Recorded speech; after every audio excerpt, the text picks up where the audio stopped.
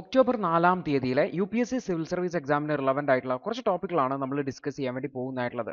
അതിൽ ആദ്യത്തെ ടോപ്പിക് എന്ന് പറഞ്ഞു കഴിഞ്ഞാൽ കാസ്റ്റ് ബയാസ്, പ്രത്യേകിച്ചും ജാതിയുടെ അടിസ്ഥാനത്തിലും മറ്റുമൊക്കെ ആൾക്കാരെ ജയിലിൽ അടക്കുന്നതുമായി ബന്ധപ്പെട്ട വിഷയവുമായി ബന്ധപ്പെട്ട് സുപ്രീം കോടതി ഇടപെടുകയാണ് ചെയ്തിട്ടുള്ളത്.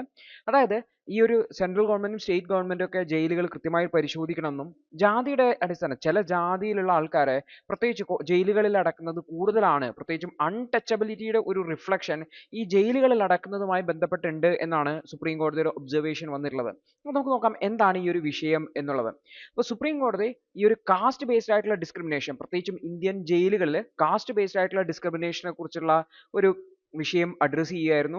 ഈ ഒരു ജയിലുകളിൽ ഈ കാസ്റ്റ് ബേസ്ഡ് ആയിട്ടുള്ള ഡിസ്ക്രിമിനേഷൻ എന്ന് പറയുന്നത് വളരെ സിവിയർ ആണെന്നും അവിടെ ഹ്യൂമൻ ഡിഗ്നിറ്റിയും അതുപോലെ തന്നെ വ്യക്തികൾ തമ്മിലുള്ള തുല്യതയും മാനിക്കപ്പെടുന്നില്ല എന്നുള്ളൊരു ഒബ്സർവേഷൻ കോടതിയുടെ ഭാഗത്ത് നിന്ന് വന്നിട്ടുണ്ട്, പ്രത്യേകിച്ചും പ്രിസണേഴ്സിന്റെ ഇടയിൽ തന്നെ എന്നുള്ള രീതിയിൽ. അപ്പോൾ എന്താണ് സുപ്രീം കോടതി ഇടപെടാൻ കാരണം എന്ന് വെച്ച് കഴിഞ്ഞാൽ ഈ ഒരു കാസ്റ്റ് ബേസ്ഡ് ആയിട്ടുള്ള ഡിസ്ക്രിമിനേഷൻ, അതായത് ജാതിയുടെ അടിസ്ഥാനത്തിൽ ആൾക്കാരെ വേർതിരിക്കുന്നത് ഒപ്രസീവ് ആണെന്നാണ് പറഞ്ഞത്. അതായത് പ്രിസണേഴ്സിനെ ഈ വ്യത്യസ്തരായിട്ട് കാണുകയും പ്രത്യേകിച്ചും ഈ ഒരു കാസ്റ്റിന്റെ അടിസ്ഥാനത്തിൽ താഴ്ന്ന ജാതിയിലുള്ള ആൾക്കാരെ ഒരു മോശം രീതിയിലും ഉയർന്ന ജാതിയിലുള്ള ആൾക്കാർക്ക് പ്രത്യേക പരിഗണനയും നൽകുന്നത് നമ്മുടെ ഫണ്ടമെന്റൽ റൈറ്റിന്റെ വയലേഷൻ ആണെന്നും അല്ലെങ്കിൽ ഹ്യൂമൻ ഡിഗ്നിറ്റിയുടെ വയലേഷൻ ആണെന്ന് പറയുന്നത്. അതായത് കോടതി പറയുന്നത് പ്രിസൺസ് മാനുവൽ കൃത്യമായിട്ട് അപ്ഡേറ്റ് ചെയ്യണം. ഓരോ 3 മാസത്തിലും കാസ്റ്റ് ബേസ്ഡ് ആയിട്ടുള്ള റെഫറൻസുകൾ ഉണ്ടാവില്ല, അടുത്ത 3 മാസത്തിനുള്ളിൽ കാസ്റ്റ് ബേസ്ഡ് ആയിട്ടുള്ള റെഫറൻസുകൾ ഇല്ല എന്ന് ഉറപ്പുവരുത്തേണ്ടതായിട്ട്. അതേപോലെ തന്നെ ജയിൽ പ്രിസൺ രജിസ്റ്ററിൽ നിന്ന് കാസ്റ്റ് ബേസ്ഡ് ആയിട്ടുള്ള കോളംസ് ഒഴിവാക്കണം എന്നുകൂടി പറഞ്ഞിട്ടുണ്ട്. കാരണം ഈ ഒരു കാസ്റ്റ് ഡാറ്റ ആവശ്യമില്ല എന്നുള്ളതാണ്. അപ്പൊ പ്രത്യേകിച്ചും ഇത്തരത്തിലുള്ള ഒരു ഉത്തരവ് വരാൻ കാരണം എന്ന് പറഞ്ഞു കഴിഞ്ഞാൽ ഈ ഡീനോട്ടിഫൈഡ് ആയിട്ടുള്ള ട്രൈബൽ വിഭാഗത്തിൽപ്പെട്ട ആൾക്കാരുണ്ട്. അപ്പൊ ഇത്തരത്തിലുള്ള ട്രൈബൽ വിഭാഗത്തിലുള്ള ആൾക്കാരെ ആർബിട്രറി ആയിട്ട് അറസ്റ്റ് ചെയ്യപ്പെടുന്നത്. അതായത് നമുക്കറിയാം ബ്രിട്ടീഷുകാരുടെ കാലഘട്ടത്തിൽ കുറെ വിഭാഗം കാസ്റ്റ് കമ്മ്യൂണിറ്റികളെ ബ്രിട്ടീഷുകാർ തന്നെ കള്ളന്മാർ എന്നൊക്കെ പറയുന്ന വിഭാഗങ്ങളിലേക്ക് പെടുത്തിയിട്ടുണ്ട്, അല്ലെങ്കിൽ മോഷണമാണ് ജോലി എന്നുള്ള രീതിയിലൊക്കെ പെടുത്തിയിട്ടുണ്ട്.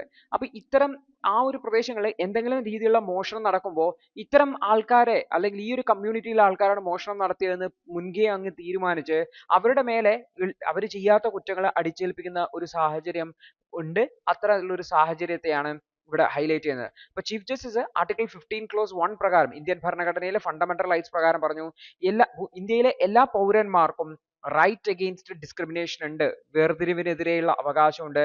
അതായത് എല്ലാവരും തുല്യരായിട്ടാണ് ഇവിടെ ജനിക്കുന്നത് എന്നുള്ളതാണ്. അപ്പൊ മാർജിനലൈസ്ഡ് ആയിട്ടുള്ള പ്രിസണേഴ്സിനെ അല്ലെങ്കിൽ ഇത്തരത്തിലുള്ള പിന്നോക്കം നിൽക്കുന്ന ജാതി വിഭാഗത്തിൽ നിന്ന് വരുന്ന പ്രിസണേഴ്സിനെ അവരെ കാസ്റ്റ് ബേസ്ഡ് ആയിട്ടുള്ള രീതിയിലുള്ള ചില പ്രവർത്തികൾ ചെയ്യാൻ വേണ്ടി നിർബന്ധിക്കുന്നതും മറ്റുമൊക്കെ ആർട്ടിക്കിൾ 23 പ്രകാരം ഫോഴ്സ്ഡ് ലേബറിന്റെ വയലേഷൻ ആണ്. നിർബന്ധിതമായിട്ട് ചില ജോലികൾ ചെയ്യിക്കുന്നതൊക്കെ ഫോഴ്സ്ഡ് ലേബറിന്റെ വയലേഷൻ ആണ് എന്നാണ് പറയുന്നതായിട്ടുള്ളത്. അതേപോലെ തന്നെ ചില പ്രത്യേക വിഭാഗം ഗ്രൂപ്പുകളെ ബോൺ ക്രിമിനൽസ് എന്ന രീതിയിൽ, അതായത് ജന്മനാ ക്രിമിനലുകളാണ് എന്ന രീതിയിൽ കാസ്റ്റ് ബേസ്ഡ് ആയിട്ട് ചാപ്പ കുത്തുന്നത് ശരിയല്ല എന്നുള്ളതാണ്. ഇതൊരു രീതിയിലുള്ള കാസ്റ്റ് ബേസ്ഡ് ആയിട്ടുള്ള ഡിസ്ക്രിമിനേഷൻ ആണെന്നാണ് സുപ്രീം കോടതി പറയുന്നതായിട്ടുള്ളത്. അപ്പൊ സുപ്രീം കോടതി പറഞ്ഞു, അതായത് അയാളെ ക്ലാസിഫൈ ചെയ്യേണ്ടത് അവരുടെ വർക്ക് ആപ്റ്റിറ്റ്യൂഡ്, നീഡ് ഒക്കെ ബേസ് ചെയ്താണ്, അല്ലാതെ കാസ്റ്റിന്റെ അടിസ്ഥാനത്തിലല്ല എന്ന് പറഞ്ഞിട്ടുണ്ട്. അതേപോലെ തന്നെ സുപ്രീം കോടതി പറഞ്ഞു കാസ്റ്റ് ബേസ്ഡ് ആയിട്ടുള്ള സെഗ്രിഗേഷൻ എന്ന് പറഞ്ഞാൽ അൺടച്ചബിലിറ്റിയെ പോലെ തന്നെയാണ്, അതായത് തൊട്ടുകൂടായ്മ പോലെ തന്നെയാണ് കാസ്റ്റ് ബേസ്ഡ് ആയിട്ട് ആൾക്കാരെ ഡിസ്ക്രിമിനേറ്റ് ചെയ്യുന്നത്. ഇത് ഇന്ത്യൻ ഭരണഘടന ആർട്ടിക്കിൾ 17 പ്രകാരം ഫോർബിഡൻ ചെയ്തിട്ടുള്ള വിഷയമാണെന്ന്. അപ്പൊ ഈ ഒരു വിഷയത്തെ വളരെ ഡീറ്റെയിൽ ആയിട്ട് കവർ ചെയ്തിട്ടുള്ള ഒരു സിനിമയാണ് സൂര്യയുടെ ജയ് ഭീം എന്ന് പറയുന്നതായിട്ടുള്ളത്. ഈ സെയിം വിഷയം, അതായത് ചില കാസ്റ്റ് കമ്മ്യൂണിറ്റീസിനെ പ്രത്യേകിച്ചും ട്രൈബൽ കമ്മ്യൂണിറ്റീസിനെ കള്ളന്മാരെന്ന് മുദ്ര കുത്തി ചെറിയ ഇല്ലാത്ത കുറ്റങ്ങൾക്ക് പോലും അറസ്റ്റ് ചെയ്യപ്പെട്ട് ജയിലിൽ അടക്കപ്പെടുന്ന ഒരു സാഹചര്യത്തെ കുറിച്ചാണ്. ഈ ഒരു സിനിമ നിങ്ങൾ എപ്പോഴെങ്കിലും ഫ്രീ ടൈം കിട്ടുമ്പോൾ കാണാൻ വേണ്ടിയിട്ട് ശ്രമിക്കുക. അപ്പൊ ഇത് ആമസോൺ പ്രൈമിൽ അവൈലബിൾ ആണ്, അല്ലെങ്കിൽ യൂട്യൂബിൽ അവൈലബിൾ ആണോ എന്നറിയില്ല. ആമസോൺ പ്രൈമിൽ അവൈലബിൾ ആണ്, ഉണ്ടെങ്കിൽ കാണാവുന്നതാണ്. ജയ് ഭീം, ഈ ഒരു സിനിമ നോട്ട് ചെയ്ത് വെക്കാൻ വേണ്ടി ഈ ഒരു വിഷയത്തെ ഡീറ്റെയിൽ ആയിട്ട് കവർ ചെയ്യുന്ന സിനിമയാണ് ജയ് ഭീം എന്ന് പറയുന്നതായിട്ടുള്ളത്.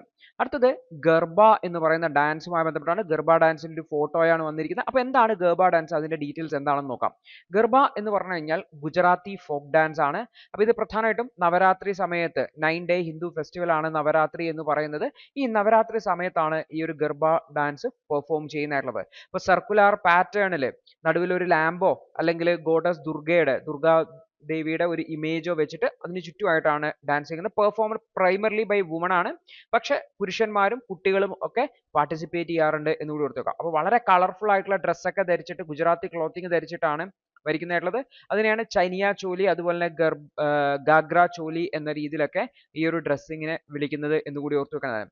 അപ്പോൾ പലതരത്തിലുള്ള ട്രഡീഷണൽ ആയിട്ടുള്ള ഗുജറാത്തി ഫോക്ക് മ്യൂസിക്കിന്റെ കൂടെയാണ് മ്യൂസിക്കൽ ഇൻസ്ട്രുമെന്റ്സ് ഉപയോഗിച്ചാണ് ഈ ഒരു പെർഫോമൻസ് ഉള്ളത്. ധോൽ, ധോലക്ക്, ഷേണായി തുടങ്ങിയിട്ടുള്ള മ്യൂസിക്കൽ ഇൻസ്ട്രുമെന്റ്സ് ഉപയോഗിക്കുന്നുണ്ട്. അപ്പൊ ഇത് പ്രധാനമായിട്ടും മോഡേൺ ഗർഭ ഡാൻസ് എന്ന് പറഞ്ഞു കഴിഞ്ഞാൽ ദന്ത്യ രാസ് എന്ന് പറയുന്ന പുരുഷന്മാര് കാണിക്കുന്ന ഒരു ട്രഡീഷണൽ ഡാൻസ് ഫോമിൽ നിന്നാണ് ഇൻഫ്ലുവൻസ് ചെയ്തതെന്നാണ് പറയുന്നതായിട്ടുള്ളത്. പിന്നീട് ഈ രണ്ട് ഡാൻസ് ഫോംസും ദന്ത്യാരാസും അതുപോലെ ഗർഭയും തമ്മിൽ മേർജ് ചെയ്തിട്ടാണ് ഇന്ന് കാണുന്ന ഹൈ എനർജി ഗർഭ ഡാൻസ് ഡെവലപ്പ് ചെയ്തിട്ടുള്ളത്. അപ്പൊ ഈ ഒരു ഗർഭ എന്ന് പറയുന്നത് സോഷ്യൽ ഇക്വാലിറ്റിയെ ഫോസ്റ്റർ ആണ്. അതുപോലെ തന്നെ പ്രത്യേകിച്ചും സമൂഹത്തിന്റെ എല്ലാ വിഭാഗം ആൾക്കാരും ഒന്നിച്ചു വന്നിട്ട് ഗർഭ ഡാൻസിൽ ഏർപ്പെടും. സോഷ്യോ എക്കണോമിക് ജെൻഡർ അങ്ങനെയുള്ള റിജിഡ് ആയിട്ടുള്ള സ്ട്രക്ചേഴ്സിനെയൊക്കെ ഡയല്യൂട്ട് ചെയ്യുന്ന രീതിയിൽ ഇല്ലാതാക്കുന്ന രീതിയിലുള്ളതാണ് എന്ന് കൂടി ഓർത്തു വെക്കുക. അപ്പൊ ഇത് ഈ ഒരു കൾച്ചറൽ ഐറ്റം ആണ്. യുനെസ്കോയുടെ representative list of intangible cultural heritage four humanity എന്ന് പറഞ്ഞിട്ടുള്ള വളരെ പ്രധാനപ്പെട്ട കൾച്ചറൽ ഐറ്റംസിന്റെ ഒരു ലിസ്റ്റ് യുനെസ്കോ തയ്യാറാക്കുന്നുണ്ട്. അതിൽ ഉൾപ്പെട്ടതാണ് ഇന്ത്യയിൽ നിന്ന് അതിൽ ഉൾപ്പെട്ട ഡാൻസ് ഫോം ആണ് ഗർഭ എന്നുകൂടി ഓർത്തു വയ്ക്കേണ്ടതായിട്ടുണ്ട്. അടുത്തൊരു വാർത്ത എന്ന് പറഞ്ഞാൽ ഭയങ്കര സെൻട്രൽ ഗവൺമെന്റിനെ വളരെയധികം ക്രിറ്റിസിസം നേരിടാൻ പോകുന്ന അല്ലെങ്കിൽ ക്രിറ്റിസിസം നേരിടുന്ന ഒരു വാർത്തയാണ്. മാരിറ്റൽ റേപ്പിന് സെൻട്രൽ ഗവൺമെന്റ് അതിനെ റേപ്പ് പ്രൊവിഷൻസിൽ നിന്ന് ഒഴിവാക്കണം എന്നുള്ള രീതിയിലാണ് സെൻട്രൽ ഗവൺമെന്റ് സുപ്രീം കോടതിയിൽ അവരുടെ അഫിഡവിറ്റ് നൽകിയെന്നുള്ളതാണ്. അതായത് വിവാഹം കഴിഞ്ഞതിന് ശേഷം പുരുഷൻ സ്ത്രീയോട് ക്രൂരമായിട്ടുള്ള അതിക്രമം നടത്തുക, പ്രത്യേകിച്ചും ബലാത്സംഗം ഒക്കെ ചെയ്തു കഴിഞ്ഞാൽ അതിനെ ഈവൻ അത് റേപ്പായിട്ട് കണക്കാക്കാൻ പറ്റില്ല എന്നുള്ള രീതിയിലാണ് സുപ്രീം കോടതിയിൽ സെൻട്രൽ ഗവൺമെന്റ് പറഞ്ഞിട്ടുള്ളതെന്നാണ് പറഞ്ഞിരിക്കുന്നത്. അപ്പോൾ ഈ ഒരു വിഷയം എന്തായാലും സ്ത്രീകളുടെ അവകാശത്തിനെ കുറിച്ചൊക്കെ സംസാരിക്കുന്ന സമയത്ത് അല്ലെങ്കിൽ സ്ത്രീകളുടെ ഇൻഡിവിജ്വൽ വ്യക്തിത്വത്തെ കുറിച്ചൊക്കെ സംസാരിക്കുമ്പോൾ അതിന്റെ മേലുള്ള ഒരു കടന്നുകയറ്റമാണെന്ന് നമുക്കറിയാം. അപ്പൊ എന്താണ് വിഷയം എന്ന് നോക്കാം. അപ്പൊ ഇന്ത്യൻ ഗവൺമെന്റ് അല്ലെങ്കിൽ സെൻട്രൽ ഗവൺമെന്റ് സുപ്രീം കോടതിയിൽ വാദിക്കുകയാണ്. അതായത് ഈവൻ ദോ അതൊരു നോൺ കൺസെൻഷ്വൽ സെക്സ് ആണെങ്കിൽ പോലും, അതായത് പുരുഷനും സ്ത്രീയും തമ്മിൽ സമ്മതത്തോടു കൂടി ചെയ്യുന്ന സെക്സ് അല്ല എങ്കിൽ പോലും അത് ഹസ്ബൻഡ് വൈഫും തമ്മിലാണെങ്കിൽ അതിനെ റേപ്പ് ആക്കി കണക്കാക്കാൻ പറ്റിയില്ല. ബിക്കോസ് അത് മാരേജ് ഡൈനാമിക്സിനെ ബാധിക്കും എന്നുള്ളത്, മാരേജ് എന്ന് പറയുന്ന ആ ഒരു സോഷ്യൽ കൺസ്ട്രക്റ്റിനെ ബാധിക്കും എന്നാണ് പറയുന്നതായിട്ടുള്ളത്.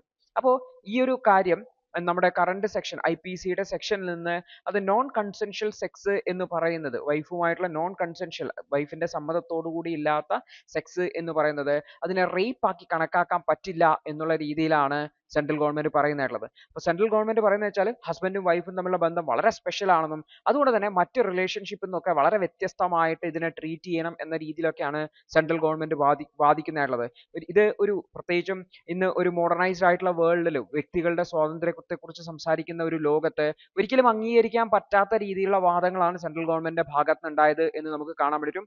സ്വാഭാവികമായിട്ടും സെൻട്രൽ ഗവൺമെന്റിനെതിരെ വലിയ ക്രിറ്റിസിസം ആണ് സമൂഹത്തിന്റെ വിവിധ തുറകളിൽ നിന്ന് ഭാഗങ്ങളിൽ നിന്ന് ഉയർന്നു വരുന്നത് എന്ന് കൂടി ഓർത്തു വെക്കേണ്ടതാണ്. അപ്പം ഇവിടെ സെക്ഷൽ, അതായത് ഹസ്ബൻഡിന് സ്ത്രീയുടെ അടുത്ത് സെക്ഷൽ ആക്സസ് ഉണ്ട്, അത് എക്സ്പെക്ട് ചെയ്യപ്പെടുന്നുണ്ട് ഈ മാരേജിൽ എന്നാണ് പറയുന്നത്. So whether sex is consensual or non consensual, സ്ത്രീയുടെ സമ്മതത്തോടു കൂടിയാണോ അല്ലയോ എന്നുള്ളത് അതിനെ നമുക്ക് ലീഗലി തെറ്റായിട്ട് വ്യാഖ്യാനിക്കാൻ പറ്റില്ല എന്നുള്ളതാണ് സെൻട്രൽ ഗവൺമെന്റ് പറയുന്നതായിട്ടുള്ളത്.